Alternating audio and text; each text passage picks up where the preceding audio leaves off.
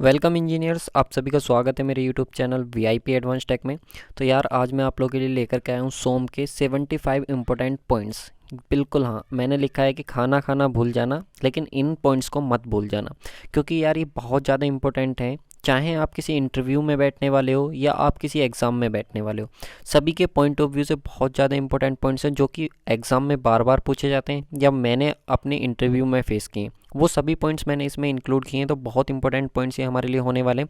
उससे पहले मैं आप लोग को बता देता हूँ कि मैंने ऐसी ही वीडियो बनाई हुई है आप लोग की हाईवे इंजीनियरिंग पे, और एक बनाई हुई है आप लोग की बीएमसी पे, बिल्डिंग मटेरियल एंड कंस्ट्रक्शन पे। अगर वो वीडियो आप लोगों ने नहीं देखी तो मैं डिस्क्रिप्शन में उनकी लिंक आप लोग को दे दूंगा, आप वो वीडियोज़ भी वहाँ से देख सकते हैं। वो भी काफ़ी अच्छी वीडियोज़ हैं, आप लोग को देख के ज़रूर उसमें लगेगा कि हाँ आपने कुछ नया सीखा है। चलिए, इससे पहले मैं आप लोग को एक मोटिवेशनल कोटेशन बता देता हूँ। यहाँ पे देखिए यार, काफ़ी अच्छा है। यहाँ पे लिखा हुआ है कि जब टूटने लगे हौसले तो यह याद रखना, बिना मेहनत के हासिल तक तो ताज नहीं होते। ढूंढ लेना अंधेरे में ही मंजिल अपनी, क्योंकि जुगनू कभी रोशनी के मोहताज नहीं होते।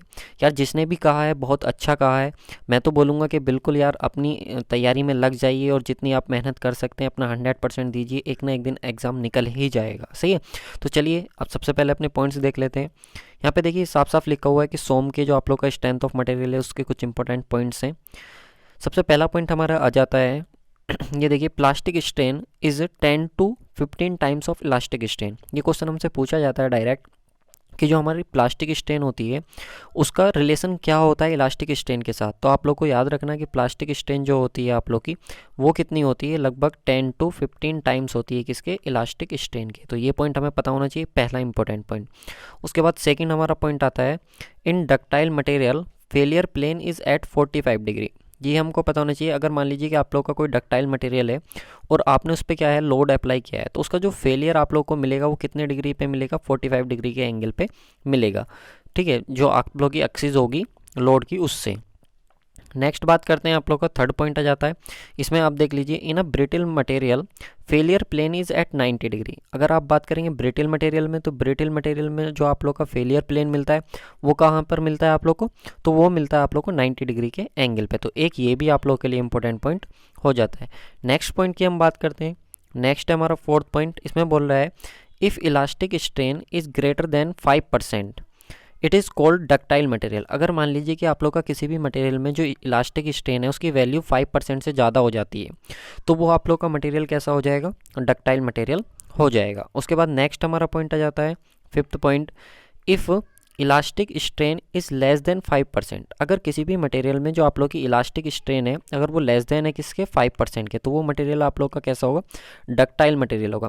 बिलीव कीजिए जितने भी पॉइंट्स मैंने इंक्लूड किए हैं सभी के सभी पॉइंट्स बहुत ज़्यादा इंपॉर्टेंट है, आप लोग को एग्जाम में भी देखने को मिले होंगे। अगर अभी तक आप लोगों ने गवर्नमेंट एग्जाम दिए हैं सिविल इंजीनियरिंग से तो आप लोग को ये देखने को मिले होंगे। ठीक है, तो सभी पॉइंट्स यार बहुत ज़्यादा इंपॉर्टेंट है।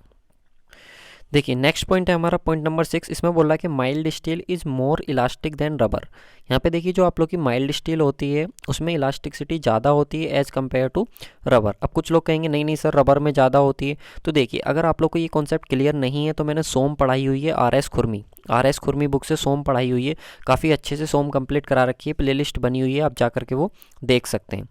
नेक्स्ट हमारा पॉइंट आ जाता है, पॉइंट नंबर है हमारा 7। ये भी बहुत इंपॉर्टेंट है। यहाँ पे देख लीजिए, all grades of steel have same Young's modulus but different yield stress. ये देखिए अगर आप लोग की जितनी भी ग्रेड्स होती हैं किसकी, स्टील की, उन सभी स्टील की ग्रेड्स में यहाँ पे देखिए डिफरेंट ग्रेड्स मैंने मेंशन की हुई हैं। Fe250 है, Fe415 है, Fe500।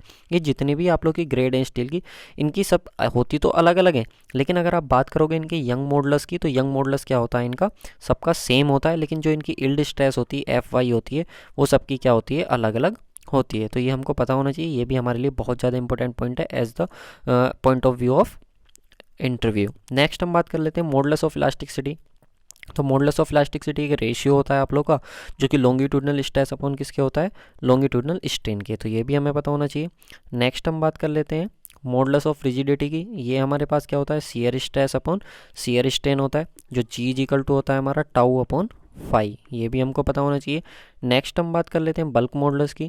तो बल्क मॉडुलस को हम लिखते हैं के से, और ये जो होता है हमारा डायरेक्ट स्ट्रेस अपॉन कितना होता है वॉल्यूमेट्रिक स्ट्रेन। तो ये डायरेक्ट स्ट्रेस हमारा सिग्मा हो जाएगा, जिसको आप नॉर्मल स्ट्रेस भी बोल सकते हो, और जो वॉल्यूमेट्रिक स्ट्रेन है वो आप लोग का change in volume to original volume आ जाएगा। नेक्स्ट हम बात करते हैं पॉइजन्स रेशियो की। तो ये भी हमारे लिए इंपॉर्टेंट है। पॉइजन्स रेशियो को हम रिप्रेजेंट करते हैं म्यू से, और ये जो म्यू होता है आप लोग का वो होता है रेशियो होता है lateral strain to longitudinal strain, यानी कि lateral strain upon longitudinal strain जो आता है वो हमारा क्या होता है पॉइजन्स रेशियो होता है। ये हमारा नेगेटिव होता है, इस चीज़ को आप लोग को याद रखना है। नेक्स्ट बात करते हैं कि जो म्यू होता है इसकी रेंज कहाँ से कहाँ तक होती है। तो इसकी रेंज याद रखना है यार, म्यू की वैल्यू जो होगी वो ग्रेटर देन इक्वल टू 0 होगी और लेस देन इक्वल टू 0.5 होगी। ठीक है, लेस देन इक्वल टू कितनी होगी 0.5 होगी, यानी कि मैक्सिमम वैल्यू 0.5, मिनिमम वैल्यू कितनी होगी 0 होगी। इसके साथ में आप लोग को बता देता हूँ कि म्यू की वैल्यू अगर बात करें मैक्सिमम किसके लिए होती है तो सर वो रबर के लिए होती है। मिनिमम बात करें सर 0 किसके लिए होती है, कॉर्क के लिए होती है। ये भी आप लोग का एक तरीके का मटेरियल होता है, याद रखेंगे। जैसे रबर एक तरीके का मटेरियल है, वैसे ही कॉर्क भी आप लोग का एक तरीके का मटेरियल होता है। नेक्स्ट बात करें सर कंक्रीट के लिए और स्टील के लिए कितना होता है, क्योंकि सिविल वालों के लिए दोनों ही क्या है इंपॉर्टेंट होते हैं, हमारे लिए दोनों ही जो मटेरियल है वो इंपॉर्टेंट है। तो कंक्रीट के लिए बात करें तो 0.1 से लेकर के 0.2 के बीच होता है, और अगर बात करें स्टील के लिए तो 0.28 होता है। तो याद रख सकते हैं इसको इसी से रिलेट करके। नेक्स्ट हम बात करेंगे, उसके बाद हमारे पास आ जाता है ये देखिए कुछ मटेरियल है हमारे पास मटेरियल, और इधर हमारे नंबर ऑफ इलास्टिक कांस्टेंट है, ये भी हमारे लिए इंपॉर्टेंट है। अगर बात करें होमोजीनियस और आइसोट्रोपिक की, तो अगर होमोजीनियस आइसोट्रोपिक मटेरियल है आप लोग के पास तो इसके लिए नंबर ऑफ इलास्टिक कांस्टेंट कितने होते हैं 2 होते हैं। उसके बाद अगर हम बात करें ऑर्थोट्रोपिक के लिए, तो अगर मटेरियल आप लोग का ऑर्थोट्रोपिक है, ऑर्थोट्रोपिक कैसा होता है जैसे वुड होता है, ठीक है, वुड जो होता है आप लोग का ऑर्थोट्रोपिक होता है, तो उसके लिए आप लोग इलास्टिक कांस्टेंट कितने होते हैं 9 होते हैं। उसके बाद अगर हम बात करें एनाइसोट्रोपिक के लिए, तो एनाइसोट्रोपिक के लिए आप लोग कितने होते हैं 21 होते हैं, ये आप लोग को पता होना चाहिए। तो देखिए इसको याद कैसे रखेंगे, इस तरीके से आप याद रख सकते हैं दोनों 21 यानी कि 2 से हो गया 2, 9 से हो गया 9 और 21 से हो गया 21। इस तरीके से आप लोग इसको याद रख सकते हो। अगर यार वीडियो अच्छी लग रही है और मेहनत अच्छी लग रही है तो प्लीज़ वीडियो को एक प्यारा सा लाइक करें, और साथ में जो भी आप लोग के फ्रेंड्स हैं उनके साथ शेयर भी करें। और हाँ, अगर आप लोग को और किसी सब्जेक्ट पर ऐसी वीडियो चाहिए तो वो भी मेरे को आप बता देना, मैं एक वीडियो उस सब्जेक्ट पर भी बना दूंगा। नेक्स्ट आ जाता है आप लोग का रेजिलियंस। तो रेजिलियंस की हम बात कर लेते हैं, ये भी हमारे लिए इंपॉर्टेंट टर्म है, एक रेजिलियंस टेक्निकल टर्म है। इसकी बात करें कोई भी material stored energy within elastic region. अगर मान लीजिए कि आप लोग का कोई भी मटेरियल इलास्टिक रीजन तक जितनी भी एनर्जी को स्टोर कर पा रहा है वो आप लोग का क्या हो जाता है रेजिलियंस हो जाता है। और अगर हम टफनेस की बात करें तो material stored energy till the point of fracture, यानी कि फ्रैक्चर पॉइंट तक, अगर कोई भी मटेरियल फ्रैक्चर पॉइंट तक जितनी एनर्जी को स्टोर कर पा रहा है वो आप लोग का क्या हो जाता है टफनेस हो जाता है। अच्छा, कैसे पता लगेगा, तो ये देखिए हम माइल्ड स्टील के लिए इलास्टिक जो आप लोग का स्ट्रेस स्ट्रेन कर्व है वो हमने बनाया हुआ है। अगर हम बात करें ये पॉइंट हमारा इलास्टिक पॉइंट था, तो अगर यहाँ तक कोई भी मटेरियल जितना एनर्जी को स्टोर कर रहा है वो रेजिलियंस हो गया, और टोटल जितनी एनर्जी को स्टोर कर रहा है कहाँ तक फ्रैक्चर पॉइंट तक, फ्रैक्चर पॉइंट तक जितने भी एनर्जी को स्टोर कर रहा है वो क्या हो जाएगा उसका टफनेस हो जाएगा। सही, चलिए नेक्स्ट पॉइंट पर जाते हैं हम, point number 29। When bar is free to expand then there will be no thermal stresses due to change in temperature. अगर कोई बार आप लोग की एक्सपेंड होने के लिए फ्री है, यानी कि फ्रीली वो क्या हो सकती है, अगर आप टेम्परेचर इंक्रीज कर रहे हो तो वो आसानी से एक्सपेंड हो सकती है, यानी बढ़ सकती है, तो उसमें आप लोग की किसी भी तरीके की थर्मल स्टेसिस नहीं होंगी। नेक्स्ट बात कर लेते हैं बीम की। तो बीम देख लीजिए, सिंपली सपोर्टेड बीम इस तरीके का होता है आप लोग का, यहाँ पे हिंज सपोर्ट होती है, एक तरफ रोलर सपोर्ट होती है। उसके बाद अगर हम नेक्स्ट बात करें तो फिक्स्ड बीम जो होता है आप लोग का कुछ इस तरीके का होता है, दोनों तरफ फिक्स्ड सपोर्ट होती हैं आप लोग की। कैंटिलीवर में एक तरफ फिक्स्ड होती है, दूसरी तरफ फ्री होता है। प्रोप्ड कैंटिलीवर की बात करें तो एक तरफ आप लोग का फिक्स्ड होता है, दूसरी तरफ रोलर भी हो सकता है, हिंज भी हो सकता है। उसके बाद देख लीजिए कंटिन्यूस की बात करें तो इस तरीके से आप लोग की कंटिन्यूस सपोर्ट होंगी इसमें, यानी कि मोर देन 2 स्पैन आप लोग की हो सकती हैं, 2 और मोर देन 2 स्पैन आप लोग की हो सकती हैं कंटिन्यूस बीम में।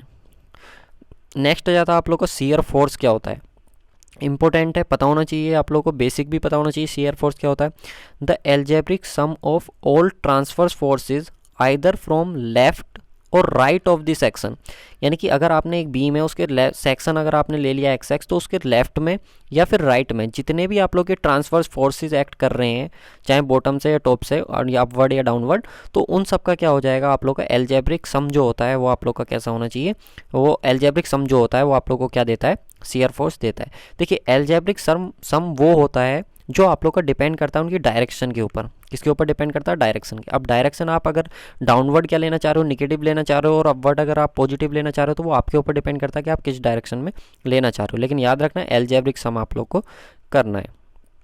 नेक्स्ट हम बात करते हैं, ये क्वेश्चन हमसे इंटरव्यू में पूछा गया था कि कैसा सम होता है, जो ट्रांसफर फोर्सेज होते हैं उनका कैसा सम होता है, सिंपल सम होता है कि अलजेब्रिक सम होता है। तो ये इंपॉर्टेंट पॉइंट है इसलिए बताया।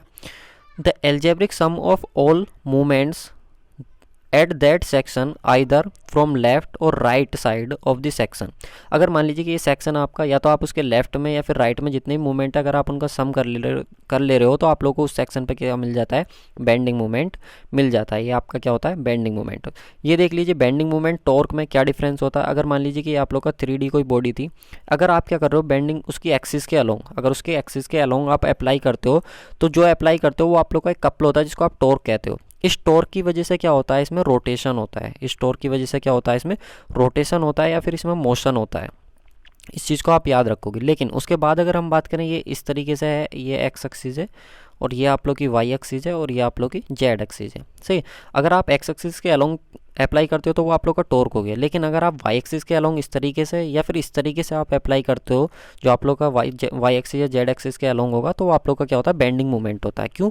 क्योंकि अगर आप मान लीजिए कि इस तरीके से आप अप्लाई करते हो वाई एक्सिस के अलोंग, इस तरीके से आएगा ना, वाई एक्सिस ऊपर की तरफ गई, तो इस तरीके से अगर आप अप्लाई करते हो तो ये क्या हो जाएगा? आप लोग का कुछ इधर की तरफ बैंड हो जाएगा, कुछ इधर की तरफ क्या हो जाएगा? बैंड हो जाएगा, जो ये आप लोग को सेक्शन दिखाई दे रहा है। इसी तरीके से अगर आप जेड एक्सिस के अलोंग अप्लाई करते हो, इस तरीके से इसको बैंड करने की कोशिश करते हो, तो ये नीचे की तरफ बैंड हो जाएगा। तो ये आप लोग का जो बेंडिंग प्रोवाइड कराएगा वो आप लोग का क्या हो जाएगा? Bending movement. और जो आप लोग का टॉर्क जिसकी वजह से आप लोग का इसमें रोटेशन होगा, वो आप लोग का क्या प्रोवाइड कराएगा? इसमें टॉर्क। सही। चलिए नेक्स्ट पॉइंट पे हम आ जाते हैं 24 पे। Bending movement is maximum and minimum when shear force is zero और चेंज साइन एट सेक्शन। अगर मान लीजिए किसी सेक्शन पे आप लोग का शियर फोर्स जीरो है, तो उस सेक्शन पे बेंडिंग मूवमेंट या तो मैक्सिमम होगा या क्या होगा? मिनिमम होगा। ये हमको पता होना चाहिए। नेक्स्ट हम बात करते हैं, point of contraflexure is the point where bending movement is zero और चेंज साइन। याद रखना POC पॉइंट ऑफ कॉन्ट्राफ्लेक्सर वो पॉइंट होता है जहाँ पर आपका बेंडिंग मूवमेंट जीरो होगा या फिर अपना साइन चेंज करेगा। तो कैसे याद रखोगे? POC, सी में क्या आ रहा है आप लोग का? चेंज आ रहा है। क्या रहा? चेंज। C4 चेंज आप याद कर सकते हो, यानी कि बेंडिंग मूवमेंट अगर आप लोग का क्या है? साइन चेंज कर रहा है, तो वहाँ वो पॉइंट कैसा होगा? आप लोग का कॉन्ट्राफ्लेक्सर होगा। और जीरो तो हमें पता ही होता है कि जीरो तो होगा ही। सही है ना? जीरो कैसे याद रखोगे? पॉइंट ऑफ कॉन्ट्राफ्लेक्सर यानी कि O आ रहा है, तो O का मतलब क्या हो गया? जीरो हो गया। और C का मतलब क्या आएगा? चेंज हो गया। यानी कि जहाँ पे बेंडिंग मूवमेंट या तो जीरो होगा या अपना साइन क्या करेगा? चेंज करेगा, तो वो आप लोग का क्या हो जाएगा? पॉइंट ऑफ कॉन्ट्राफ्लेक्सर हो जाएगा। अगर यार वीडियो में ट्रिक अच्छी लग रही हो तो प्लीज़ यार एक बार वीडियो को लाइक ज़रूर कर देना, क्योंकि आप लोग को पता है यार इतनी मेहनत करता हूँ मैं, उसके बाद भी वीडियो पर इतने कम लाइक आते हैं। तो आप लोगों से रिक्वेस्ट है यार, वीडियो को ज़्यादा से ज़्यादा लाइक करें और साथ में शेयर करें। मुझे पता है कि अभी वीडियोज़ पर व्यूज़ नहीं आ रहे हैं, बहुत कम आ रहे हैं, लेकिन हाँ एक टाइम आएगा यार, लोगों को पता लगेगा कि हाँ इस तरीके से भी पढ़ाया जा सकता है। तो नेक्स्ट हम बात करते हैं, point of inflection is the point where bending movement is zero. तो देखिए पॉइंट ऑफ इन्फ्लेक्शन जो होता है हमारा, वो पॉइंट होता है जहाँ पर आप लोग का क्या होता है? बेंडिंग मूवमेंट क्या होता है? जीरो। तो पॉइंट ऑफ इन्फ्लेक्शन जहाँ पे पॉइंट आपका केवल क्या होना चाहिए? जीरो, क्योंकि इसमें केवल आ रहा है O। सही है, तो इसलिए क्या होना चाहिए? जीरो। हम नेक्स्ट बात करते हैं। नेक्स्ट हमारा पॉइंट आ जाता है प्रिंसिपल स्टेसिस। तो देखिए प्रिंसिपल स्टेसिस क्या होती है, इसको भी समझ लीजिए। Principal stresses are the maximum और minimum normal stresses which may be developed on a loaded body. अगर मान लीजिए किसी बॉडी पर आप लोगों ने लोड अप्लाई करा, तो उसकी वजह से नॉर्मल स्ट्रेस डेवलप होंगी। तो जो नॉर्मल स्ट्रेस डेवलप हुई है उसकी जो मैक्सिमम और मिनिमम वैल्यू होंगी, मैक्सिमम और मिनिमम वैल्यू जो होंगी किसकी? नॉर्मल स्ट्रेसिस की, उन्हीं को हम क्या बोलते हैं? प्रिंसिपल स्ट्रेसिस बोलते हैं। नेक्स्ट हम आ जाते हैं नेक्स्ट पॉइंट पे। पॉइंट नंबर 23 है 28, the plane of principal stress carry zero shear stress. यानी कि इस चीज़ को आप लोग को याद रखना कि प्रिंसिपल स्ट्रेस पे जो होती हैं आप लोग की, प्रिंसिपल प्लेन पर जो होती हैं आप लोग की जो शियर स्ट्रेस होती हैं वो क्या होती हैं? जीरो होती हैं। यानी कि कुछ इस तरीके से अगर आप मोर सर्किल से समझना चाहो तो ये आप लोग का क्या होता है? प्रिंसिपल प्लेन होता है। तो ये आप लोग का देता है नॉर्मल स्ट्रेस इसको, और ये आप लोग का देता है शियर स्ट्रेस इसको। जब आप इस प्लेन पे चलोगे तो कहीं भी आप ऊपर को जा रहे हो? नहीं जा रहे ना, तो इस प्लेन पे आप लोग की शियर स्ट्रेस क्या हो जाएंगी? जीरो हो जाएंगी। लेकिन ऊपर की तरफ जाओगे तो आप लोग को शियर स्ट्रेस देखने को मिलेंगी। नेक्स्ट हम बात करते हैं ये देखिए, radius of more circle represent the value of maximum shear stress. जो आप लोग की रेडियस होती है मोर सर्किल की, वो आप लोग को क्या देता है, मैक्सिमम शियर स्ट्रेस की वैल्यू। अभी आप लोग के सामने मैंने एक मोर सर्किल बनाया, तो इसका अगर ये सेंटर पॉइंट है, तो ये जो रेडियस होगी आप लोग की, ऊपर नीचे, ऊपर दाएं बाएं, जिधर भी आप देखोगे, लेफ्ट राइट टॉप बॉटम, वो आप लोग को सब क्या देगा, मैक्सिमम शियर स्ट्रेस की वैल्यू देगा। इसका फॉर्मूला भी होता है मैक्सिमम शियर स्ट्रेस का, अगर आप याद करना चाहें तो सिग्मा 1 माइनस के सिग्मा 2 अपॉन 2, ये इस तरीके से इसका फॉर्मूला होता है। नेक्स्ट देख लीजिए कि जो मैक्सिमम आप लोग की शियर स्ट्रेस होती हैं वो क्या होती हैं, half of difference in principle stresses, जो कि मैंने अभी आप लोग के सामने लिखा था, सिग्मा 1 माइनस के सिग्मा 2 अपॉन 2। ये देखिए हाफ ये आएगा, और जो आप लोग का प्रिंसिपल स्ट्रेसेस है उनका डिफरेंस ये आ गया। नेक्स्ट हम बात कर लेते हैं, ये देख लीजिए, मैक्सिमम शियर स्ट्रेन जो होती है आप लोगों की, वो डिफरेंस होता है प्रिंसिपल शियर स्ट्रेन का। अगर आप लोग को शियर स्ट्रेन निकालनी, मैक्सिमम शियर स्ट्रेन निकालनी, तो जो भी आप लोग की प्रिंसिपल शियर स्ट्रेन है उनका जो डिफरेंस होगा आप लोग को, वो क्या दे देगा, मैक्सिमम शियर स्ट्रेन दे देगा। नेक्स्ट पॉइंट की हम बात करते हैं। देखिए नेक्स्ट, ये बहुत इंपॉर्टेंट है, डिफरेंट एग्जामिनेशंस में समझ लीजिए कई बार ये पूछे जा चुके हैं कि मैक्सिमम प्रिंसिपल स्ट्रेस थ्योरी जो होती है इसको हम क्या बोलते हैं। तो याद रखना, रैंकाइन थ्योरी। एक रैंकाइन नाम के साइंटिस्ट थे, इंजीनियर्स थे, उन्होंने हमको दिया था रैंकाइन ने, तो इसलिए हम इसको क्या बोलते हैं, मैक्सिमम प्रिंसिपल स्ट्रेस थ्योरी जो होती है इसको बोलते हैं हम रैंकाइन थ्योरी। इन्होंने क्या कहा था कि जो भी आपकी प्रिंसिपल स्ट्रेसेस होंगी सिग्मा 1 या सिग्मा 2, वो लेस देन या फिर इक्वल टू होनी चाहिए यील्ड स्ट्रेस से। किससे इक्वल होनी चाहिए या किससे कम होनी चाहिए, यील्ड स्ट्रेस से कम या फिर उसके इक्वल होनी चाहिए। उसके बाद सेकंड आता है कि मैक्सिमम प्रिंसिपल स्ट्रेन जो होता है, तो मैक्सिमम प्रिंसिपल स्ट्रेन थ्योरी जो होती है इसको हम बोलते हैं सेंट विनेंट थ्योरी। क्या बोलते हैं इसको, सेंट विनेंट थ्योरी। ये नाम इंपॉर्टेंट है, पूछे जाते हैं एग्जाम में, मैं फिर से बता रहा हूँ, एग्जाम में इंटरव्यू में पूछे जाते हैं कि सर ये बताइए कि मैक्सिमम प्रिंसिपल स्ट्रेन थ्योरी जो थी ये किसने दी थी, तो आप लोग को बताना कि सेंट विनेंट थ्योरी, सेंट विनेंट जो वो थे साइंटिस्ट, उन्होंने ये दी थी। नेक्स्ट हम बात करते हैं मैक्सिमम शियर स्ट्रेस थ्योरी। तो मैक्सिमम शियर स्ट्रेस जो दी थी वो ट्रेस-अगस्ट थ्योरी, इसको हम क्या बोलते हैं, और जो मैक्सिमम शियर स्ट्रेस थ्योरी है इसको हम बोलते हैं ट्रेस-अगस्ट थ्योरी। इस चीज़ को आप लोग को याद रखना है। नेक्स्ट आ जाता है आप लोग का कि मैक्सिमम स्ट्रेन एनर्जी थ्योरी। जो मैक्सिमम स्ट्रेन एनर्जी थ्योरी होती है आप लोग की, इसको हम क्या बोलते हैं, हेग्स थ्योरी। क्या बोलते हैं उसको, हेग्स थ्योरी भी हम इसको बोलते हैं। उसके बाद आता है maximum shear strain energy theory, ये इंपॉर्टेंट है लास्ट वाला, maximum shear strain energy theory, या फिर इसको बोलते हैं डिस्टॉर्शन एनर्जी थ्योरी। तो ये और किसके नाम से जानी जाती है, तो मैसिस हैंकी थ्योरी के नाम से। किस नाम से, मैसिस हैंकीज थ्योरी के नाम से इसको जाना जाता है। नेक्स्ट हम आ जाते हैं, in case of uniaxial loading all theories give same result. यानी कि जितनी भी मैंने आप लोगों को 6 थ्योरी बताई, इनको हम बोलते हैं थ्योरीज ऑफ फेलियर। एक्चुअली में इनको हम क्या बोलते हैं, थ्योरीज ऑफ फेलियर। तो ये थ्योरीज ऑफ फेलियर की जो मैंने आप लोगों को थ्योरीज बताई हैं, ये आप लोग की सारी जितनी भी थ्योरी हैं 6 की 6, ये सेम रिजल्ट आप लोग का देती हैं अगर आप लोग का बॉडी पर लोड कैसा है, यूनी एक्सेल लोडिंग है। कैसा है, यूनी एक्सेल, यानी केवल एक ही डायरेक्शन में लोड अप्लाई हो रहा है। उसके बाद आ जाता है आप लोग का स्टिफनेस। तो स्टिफनेस एक रेशियो होता है लोड पर यूनिट डिफ्लेक्शन। किसका होता है, लोड पर यूनिट डिफ्लेक्शन जो होता है आप लोग को वो क्या देता है, स्टिफनेस देता है। और ये आप लोग का प्रोडक्ट होता है ई इंटू आई। क्या होता है, ई इंटू आई। आई जो होता है आप लोग का मोमेंट ऑफ इनर्शिया होता है, ई जो होता है आप लोग का यंग मॉडुलस होता है।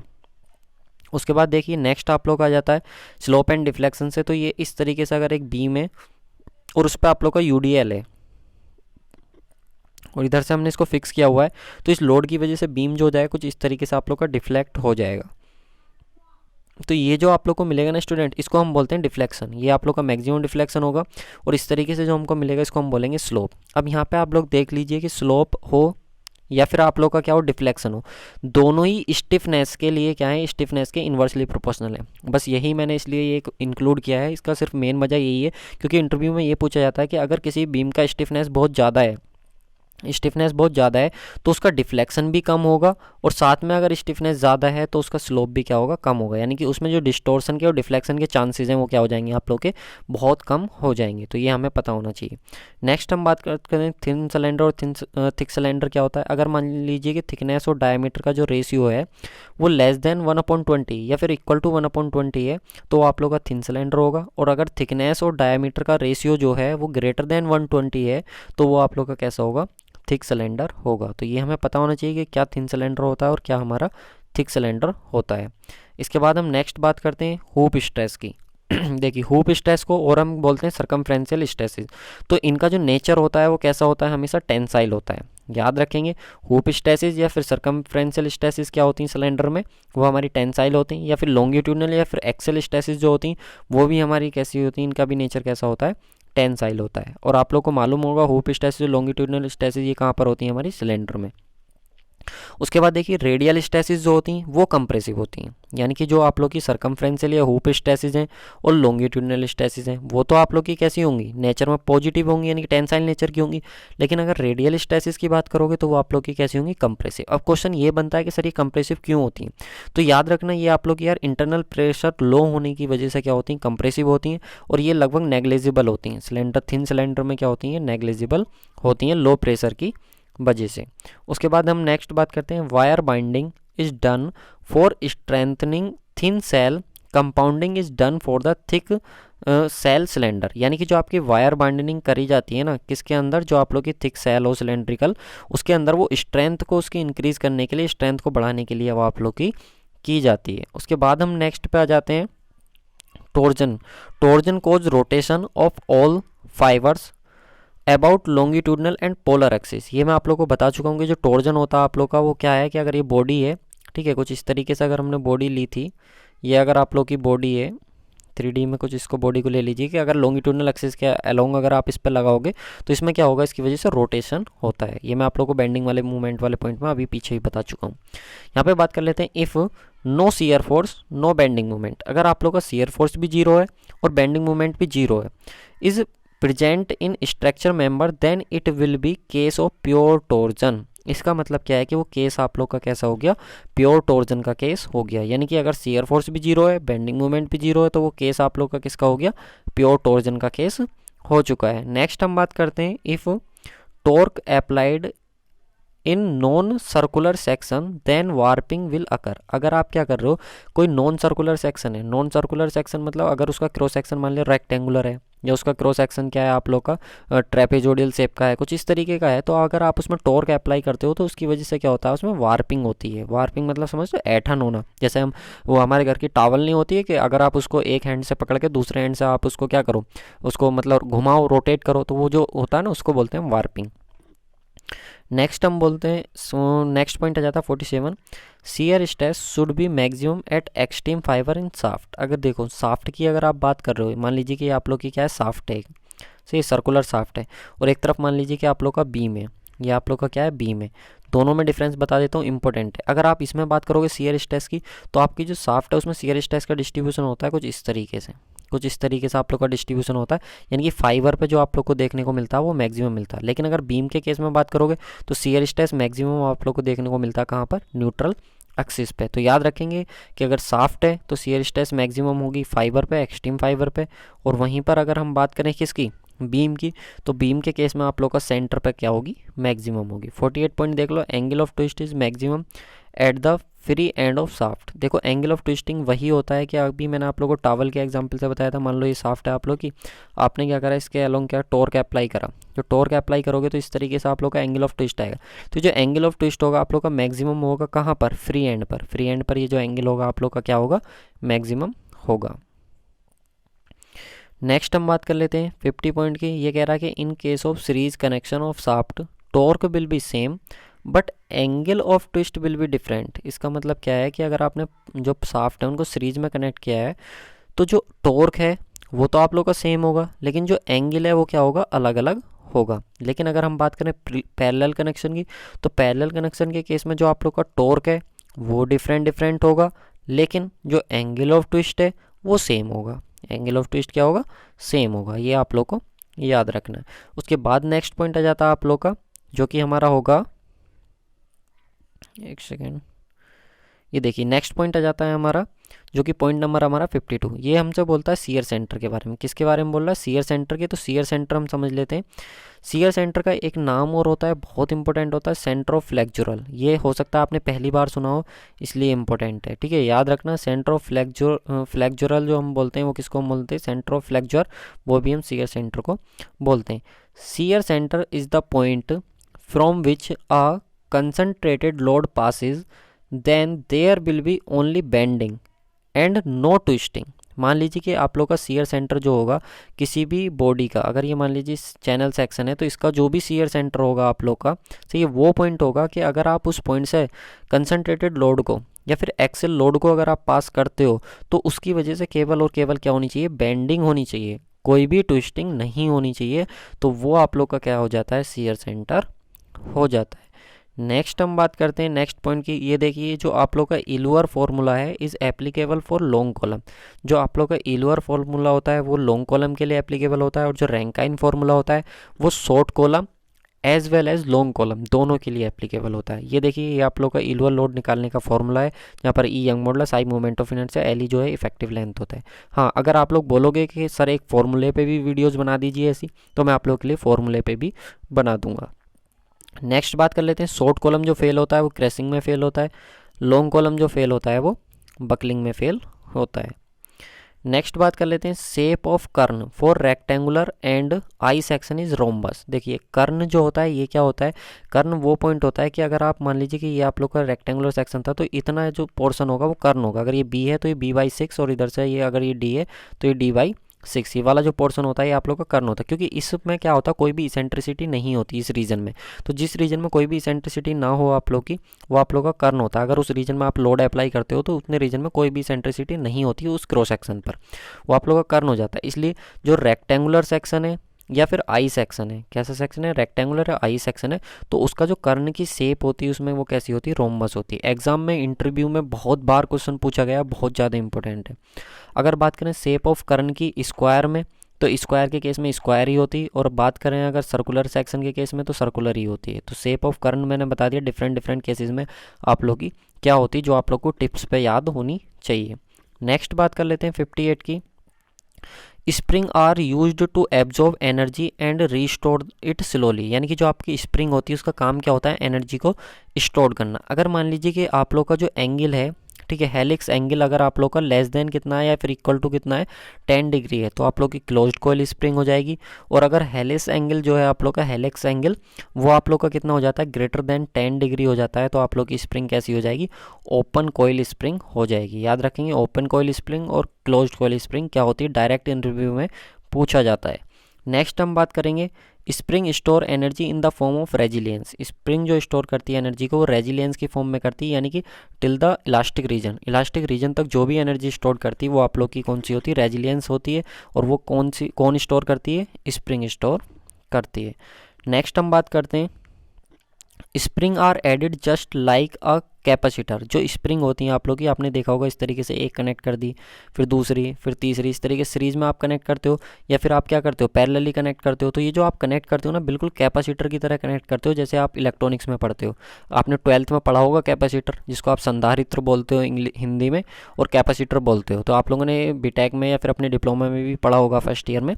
तो ये आप लोग का कैपेसिटर की तरह बिल्कुल यूज करी जाती हैं। और साथ में मैं आप लोग को बता दूं कि इनका काम जो होता है वो भी एब्जॉर्ब करने का होता है, एनर्जी को एब्जॉर्ब करने का काम होता है। नेक्स्ट हम बात कर लेते हैं, ये देखिए, the average value of modulus of rigidity for steel used for spring. जो आप लोग की मॉडुलस ऑफ रिजिडिटी स्टील का होता है वही आप लोग का स्प्रिंग के लिए यूज करा जाता है। वो कितना होता है, 79300 मेगा पास्कल। ये आप लोग को पता होना चाहिए। नेक्स्ट हम बात कर लेते हैं, शॉर्ट पिनिंग। ये इंपॉर्टेंट टर्म है, shot peening result in rising fatigue life of spring because it leave the structure in compression. यानी कि जो आप लोग की शॉर्ट पिनिंग होती है इसका काम होता है आप लोग का फैटीज के केस में जो स्प्रिंग होती है उसकी लाइफ को बढ़ाने का काम होता है। नेक्स्ट हम बात करते हैं 65 पॉइंट की, Rankine formula is applicable for long column as well as short column. जो रैंकाइन फार्मूला होता है वो short column as well as long column के लिए एप्लीकेबल होता है। इस तरीके से टोटल आप लोग यहाँ पे 65 लिखे हुए हैं, लेकिन यहाँ पे आप देखोगे तो 75-80 के लगभग आप लोग के पॉइंट बैठेंगे जो मैंने आप लोग को टोटल बताए हैं। तो thank you guys for watching this video lecture. अगर यार आप लोग को वीडियो अच्छी लगी हो तो प्लीज़ लाइक करें, शेयर करें, और चैनल पर नए हैं तो भाई प्लीज़ सब्सक्राइब कर लें यार चैनल को। और साथ में मैं आप लोग को बता देता हूँ, यहाँ से आप लोग को कमेंट करके ये भी बताना है यार कि आप लोग को कितने पॉइंट ऐसे थे जो पहली बार पता लगे और कितने पॉइंट्स ऐसे थे जो आप लोगों को आते थे। प्लीज़ कमेंट करके बताएं और अपना प्यारा सा लाइक करें वीडियो को। और अगर हाँ वीडियो में कुछ कमी रहेगी तो डिसलाइक करें और साथ में बताएं कि क्या कमी रह गई थी। तो चलिए मिलते हैं फिर नेक्स्ट वीडियो में। आप लोग बता देना किस सब्जेक्ट पे आप लोग को वीडियो चाहिए।